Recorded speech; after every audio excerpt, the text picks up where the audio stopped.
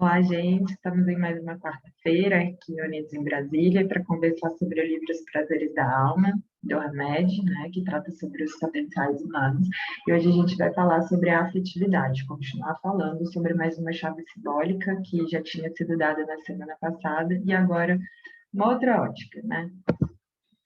Bom, vamos começar. No futuro, a religião superior ou natural só será fundamentada na mais afetuosa fraternidade e professada individualmente pela criatura que superou o ser religioso e desenvolveu em si o ser religiosidade. Então, me parece já que nesse primeiro momento ele vem diferenciar a religião desse sentimento de religiosidade, que já foi algo que a gente comentou, passando as outras vezes, né? Então, é pensar assim, quando a gente desencarnar, quando a gente morrer, a gente não vai encontrar lá do outro lado espírita. Nós vamos encontrar um reino de Deus cheio de religiosidade e não de pessoas separadas por religião. Então, quanto antes a gente aprender a fazer essa diferenciação, melhor, né? Porque nos tornamos mais tolerantes com as crenças dos outros, nos tornamos mais abertos aos ensinamentos da vida, ao que as pessoas que estão ao nosso entorno têm a nos trazer, né? Então, nosso papel seria, na verdade, de criar essa religiosidade, que independe de religião. Claro, a gente pode continuar tendo aquela que a gente mais se afiniza, né? Isso também não é um óbice. Mas entender que não estamos em caixinhas separadas. Na verdade, existe por trás da vida toda essa harmonia tentando se expressar no mundo, e seria nosso papel fluir com ela e não separar, né? Criar mais laços de afinidade e não diferenciar, e não ter preconceitos, e não ser intolerante, né? Então, seria esse também um dos nossos papéis, que seria um dos modos de desenvolver essa afetividade. Bom, vamos continuar. A vida é um processo evolutivo e todos somos seres caminhantes nesse processo. Ainda nos falta longo trajeto a percorrer para atingirmos o desenvolvimento total das nossas potencialidades inatas. Então, já conversando sobre um livro que está a todo momento falando sobre as potencialidades inatas, desse despertar que seria o nosso papel, ele fala, né? A gente está ali numa longa trajetória, numa marcha contínua de aprimoramento, de ascensão, de evolução, e que é esse nosso papel fazer esse despertar interior.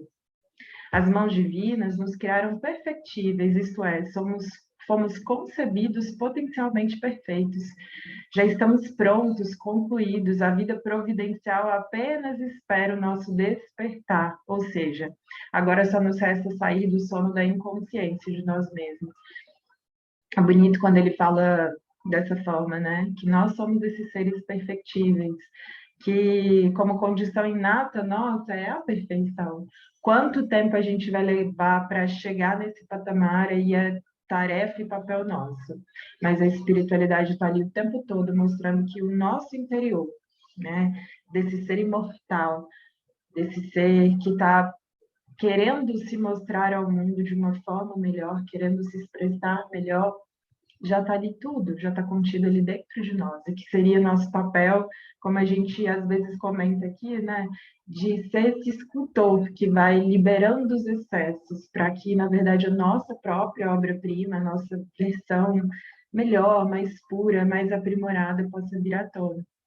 Então, só nos resta sair do sono da inconsciência. E o que é evolução, né? Se não ir liberando essas camadas de ilusão e de inconsciência e de materialismo que ainda existe em nós, né? Na maioria das vezes, por ser tão vasto o campo do potencial humano, direcionamos a nossa visão somente às informações, aos conceitos e às ideias pessoais e particulares. Não vemos claramente os processos interligados que fazem parte de uma mesma rede de relações invisíveis que ocorrem em nossos mundos externo e interno. Que bonito isso, né? Então, é engraçado, né, perceber isso, que existe uma vastidão de coisas no universo. E às vezes a gente tem a escolha, porque é sempre uma escolha, às vezes ainda inconsciente, mas é também uma escolha de fixar, de ficar muito fixado em pontos de vista e ideias muito pessoais. Então é interessante ver que a gente tem infinitas possibilidades no universo, mas que a gente tem essa escolha de ficar então fixado em pontos de vista muito pessoais, muito restritos, e às vezes não percebe que tudo aquilo que vai no nosso interior se reflete no exterior. Então, que tudo é reflexo. Esse mundo interno e esse mundo externo, que para nós ainda é tão dividido, que para nós ainda é tão separado, isso não existe. Porque se nós vivemos em uma unidade, se existe um todo harmônico, se existe um sentido por trás de todas as coisas, é natural que a gente entenda que as questões internas se refletirão no exterior e que o exterior não é também uma consequência daquilo que a gente vive internamente. Então, essas coisas elas estão interligadas, né? Bom, é oportuno recordarmos trechos do discurso do chefe indígena norte-americano Seattle. Olha que bonito. Tudo que acontece com a terra acontece com os filhos da terra. O homem não tece a teia da vida, ele é apenas um fio. Tudo que faz a teia, ele faz a si mesmo. E é interessante, né, perceber que tudo que a gente está fazendo ao outro, né, seja algo bom ou ruim, aquilo vem antes para a gente.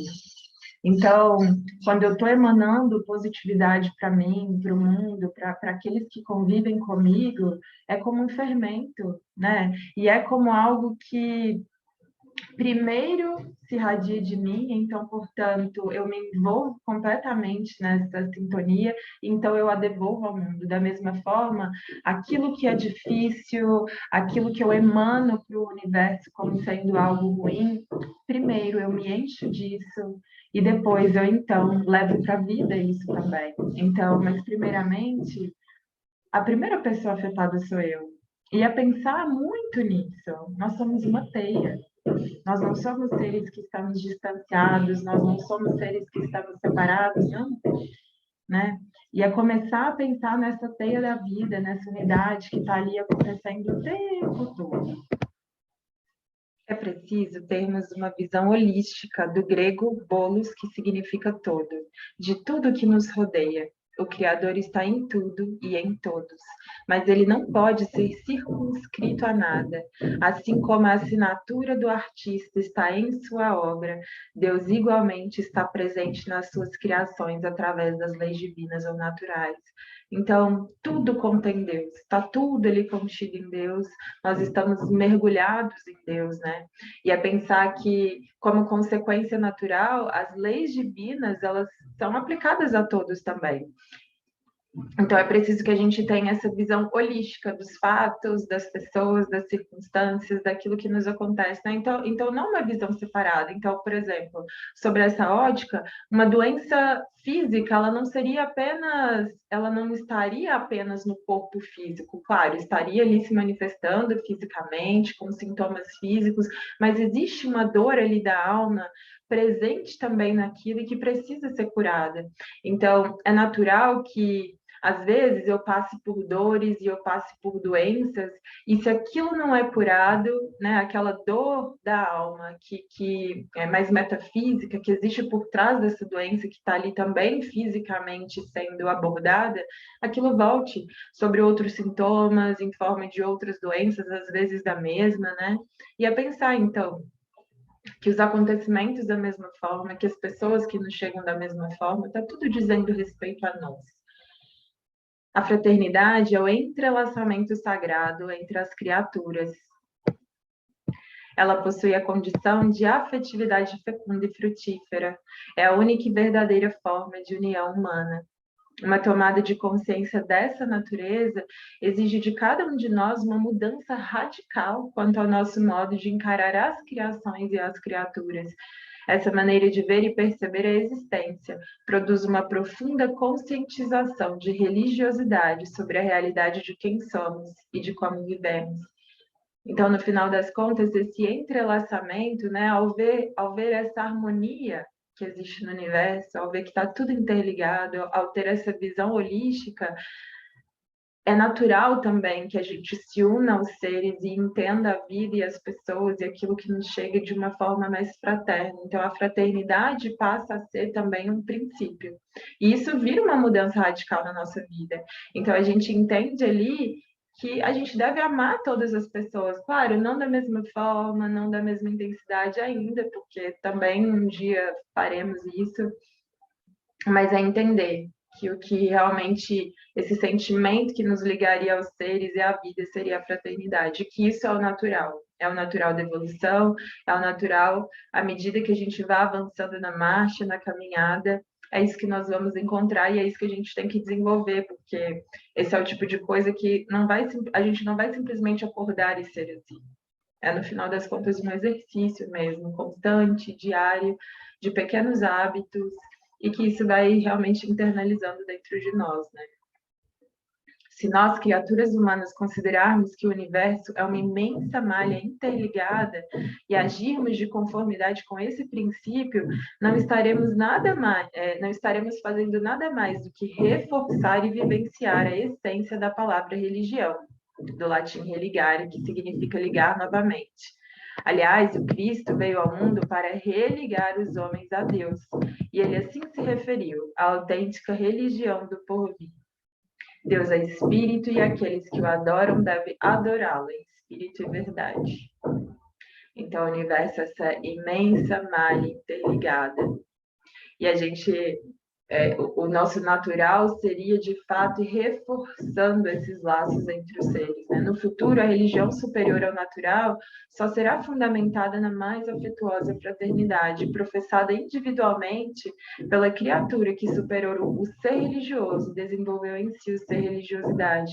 Então, claro, essa fé é professada às vezes através da religião, mas não necessariamente, mas mais importante mesmo, trazer esses ensinamentos para dentro de nós e que isso se reflita em nós, seja no nosso exemplo, na nossa conduta, no dia a dia. Esse seria o nosso papel desse ser religiosidade, de vivenciar a religião e não necessariamente de estar em determinada congregação ou não.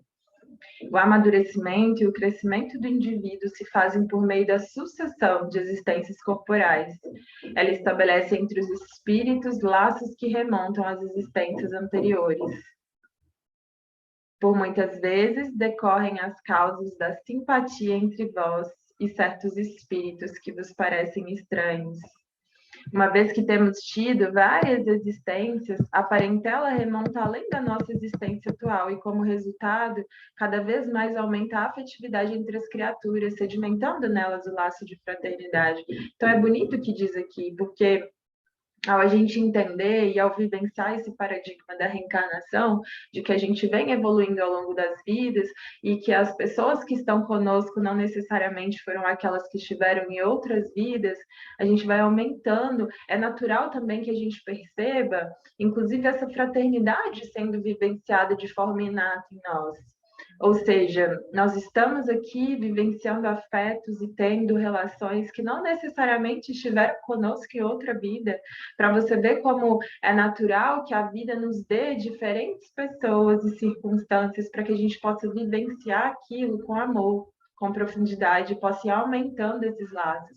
Então, para ver como é um jogo natural da vida, de que ao travar essas relações com as mais diversas pessoas, a gente vai aumentando o nosso nível de afetividade, de desapego, mas daquela coisa saudável, né? E de aumentando a quantidade de laços que a gente possua e da qual esteja interligado. Então, é entender que as pessoas que estão conosco, os parentes, né? As demais relações, talvez não tenham estado conosco de outras vezes, e por mais que tenham tido, tantas outras não estiveram, né? Então, é pensar que, na verdade, essa fraternidade, essa afetividade, esse grande laço com a humanidade já existe em nós. A convocação de nossa época é mais para atos de fraternidade do que para atos de beneficência. Se os primeiros existirem, com certeza os segundos serão consequência natural. É bonito, né? Porque às vezes a gente fica muito focado, por exemplo, assim, na caridade, não que seja importante, é um pilar muito importante, natural da evolução do ser. É natural que quando a gente vai passando por esse processo de evolução, a gente se veja também, de certo modo, como um co-criador do mundo.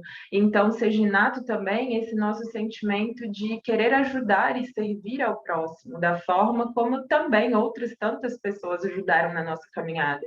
Então, a gente sabe que, naturalmente, faz parte de nós esse servir e esse acrescentar ao outro, né? Mas ele fala, e é bonito isso, porque, e a filosofia diz muito sobre isso, se a gente cria uma cultura em que as virtudes são valorizadas, em que um ser humano é visto nessa potencialidade, nesse desbravar das nossas virtudes e qualidades, é natural, então, que ele seja fraterno e, consequentemente, que faça atos de caridade.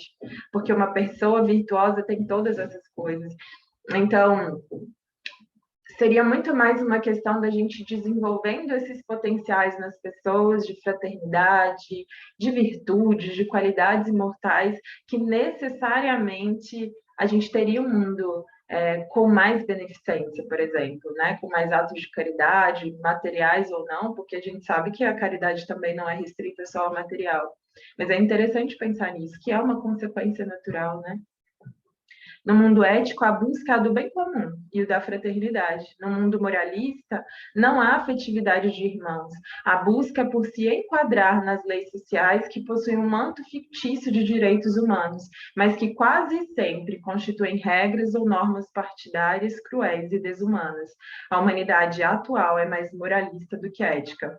Então, claro, as leis são importantes, né? Essas leis sociais, essas condutas sociais para a regulação da sociedade.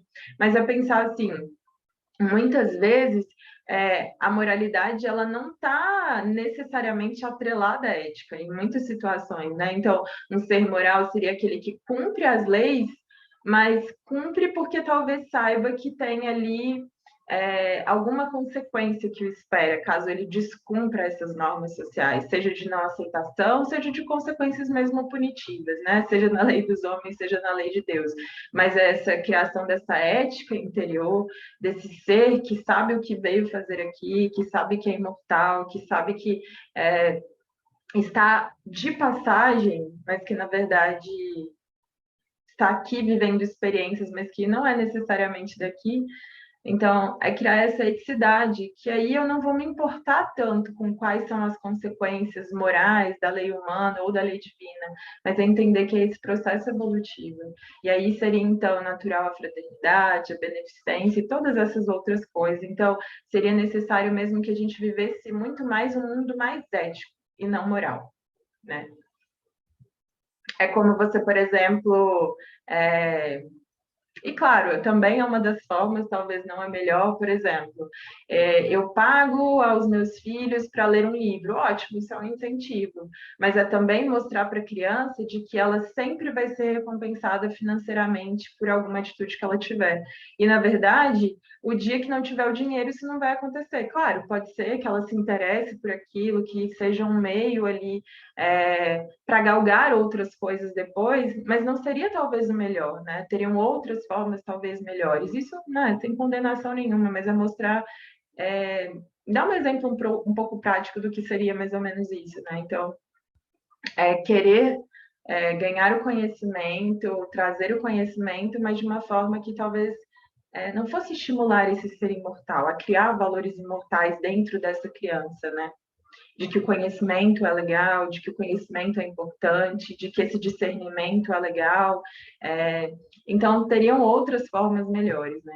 Hoje, muitos indivíduos estão presos à robotização dos costumes, são excessivamente ajustados aos hábitos impensados, até realizam atos de caridade, colocam em prática os ensinos de Jesus, sem perceber, porém, qual é o significado do amor fraterno. São criaturas que utilizam constantemente a palavra fraternidade, nomeando as pessoas de queridos irmãos. Todavia, não possuem a convicção real de que quando um ser humano chama o outro de irmão, é porque já validou em si mesmo um senso de valor segundo o qual o bem coletivo e o progresso da humanidade estão acima da religião que professa. Então, está fazendo uma crítica, né? As pessoas que às vezes são caridosas, têm atos de caridade, mas que isso tem a ver com outras coisas que não os valores mortais. Os seres que desenvolvem uma afetividade fraternal aprenderam que a humanidade inteira faz parte de um todo interligado, regido por uma só lei natural e divina. No entanto, nada os impede de cooperar fraternalmente com toda e qualquer pessoa do planeta, pois têm plena compreensão da maneira pela qual as raças e os povos vivem e entendem a religiosidade. Sabem que há inúmeros meios de ver a realidade, nós próprios, as outras pessoas, o universo, a vida e Deus, e por isso aceitam de forma pacífica as diferenças. É bonito ver de novo ele falando, né? Dessa aceitação pacífica das diferenças. Quando você entende que cada pessoa está ocupando o seu lugar, que é diferente do seu no universo, você se torna mais tolerante, você se aceita melhor, você aceita também os outros, porque sabe que a diversidade faz parte desse plano e que existe essa harmonia bonita da vida, né? De que estamos todos dando o nosso melhor, contribuindo para o todo, e que então não cabe imposições, né? Cabe muito mais uma cooperação. Eu ajudo quem está um pouco abaixo de mim, assim como tantos outros me ajudam, né? Tantos outros que estão acima também me ajudam nessa caminhada ascensional, que às vezes é dura, é difícil realmente, mas entender, de novo, aquela passagem do Emmanuel, né? De que somos todos credores e devedores uns dos outros. Então, quando a gente entende isso, entende que a gente faz parte dessa escadinha, né? De que quem está ali abaixo de nós, a gente está ali ajudando, né? Apoiando, às vezes caminhando junto, às vezes dando apoio aos outros, né? Para que essa subida aconteça, porque a gente sabe também que a gente precisa de tantas outras pessoas que cooperam conosco nesse processo de subida. Então, isso passa a ser algo natural e não como algo do qual a gente queira ter uma recompensa, de que faça para se sentir valorizado, para que as pessoas nos olhem com bons olhos, ou qualquer outra coisa, né? Seja recompensas espirituais mesmo.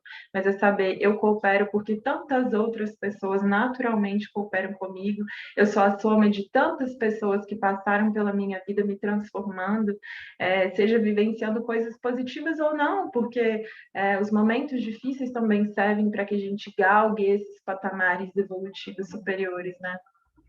Então, é reconhecer isso. Reconheceram que cada um de nós vê parte da verdade diante do universo e que todos nós temos uma visão de mundo proporcionalmente reduzida ao tamanho da nossa cegueira espiritual ou distorção da realidade. É interessante, né, gente? Porque aí a gente tira essa vaidade, tira esse orgulho, tira essa necessidade de ser dono da verdade. A gente conhece até o ponto onde a nossa consciência aumenta. E só de fazer um pequeno exercício, que é olhar para trás, às vezes pensar nas ideias que a gente tinha, nas atitudes que a gente tinha, no conhecimento também que a gente tinha, e olhar para hoje e falar assim: nossa, mas tanta coisa mudou. E é pensar que talvez no futuro a gente olhe para esse momento que a gente está vivendo e pense assim: nossa, eu achava que sabia, e sei tão pouco. Então é muito aquilo, né? Só sei que nada sei. E que é no sentido mesmo de que não me considero dono da verdade, não tenho verdades absolutas, sou esse ser crescendo em discernimento, em consciência, tirando cada vez mais as ilusões, mas ainda há tanto a caminhar. Então, eu entendo tão mais as diferenças, porque está todo mundo vivendo em uma partezinha da escada, me parece que a verdade é como um diamante, cheio de facetas, e que cada um de nós está vendo uma parcela da realidade, mas que a gente ainda não tem a visão do todo, a gente vê apenas algumas faces. E ao travar contato com as diferenças, com as outras pessoas, com as formas com as quais elas enxergam o mundo, esse nosso conjunto de facetas vai aumentando. E claro, pelas nossas experiências, pelas nossas vivências pessoais, isso vai aumentando, mas ainda há tanto a fazer, há tanto a caminhar. Então, que a gente se coloque nessa posição de aprendiz, nessa posição de fraternidade, de auxiliar quem está ao nosso redor, e não de achar que é o dono da verdade, que sabe todas as coisas. Não sabemos, de verdade. E ao travar contato com o mundo, com as nossas relações, com as nossas dores e também com os momentos felizes, é que a gente vai realmente ganhando esse repertório espiritual, moral, ético, principalmente. na ética ou na fraternidade, a vida social do planeta se transforma numa melodia executada por muitos instrumentos afinados na mesma tonalidade. Todos vibram em conjunto, embora uma só música seja tocada. Isso, para mim, é uma analogia extremamente bonita, né? É pensar assim, se uma música fosse composta por um só instrumento e uma só nota, não teria essa harmonia, não teria essa melodia. Então, que a gente saiba enxergar que todos nós tocamos notas diferentes, com instrumentos diferentes, mas uma só música, que é essa harmonia universal, que é esse uno. Então, que possamos permitir, gente, que as pessoas sejam quem são, que deem aquilo que podem, e que a gente possa ir contribuindo para aumentar o repertório das pessoas, mas não para se acreditar dono da verdade, para não impor verdades, religião a ninguém. Né? A gente sabe que a religião é uma das formas de se chegar a Deus, mas existem tantas outras. E que no mundo espiritual é isso. Não vai existir só uma religião e as pessoas não vão estar separadas por religião. Claro que existem afinidades em relação a doutrinas e está tudo certo também, mas é aumentar esse nosso repertório. Como seres imortais que somos, já estivemos em tantas vidas, travando contato com tantas pessoas diferentes, em posições econômicas diferentes, com status sociais muito distintos, falando em línguas diferentes, em países completamente diferentes. Então, é entender que, de fato, é natural que o nosso papel seja aumentar essa fraternidade, consequentemente, essa afinidade, né? Essa afetividade que o Hamed está dizendo.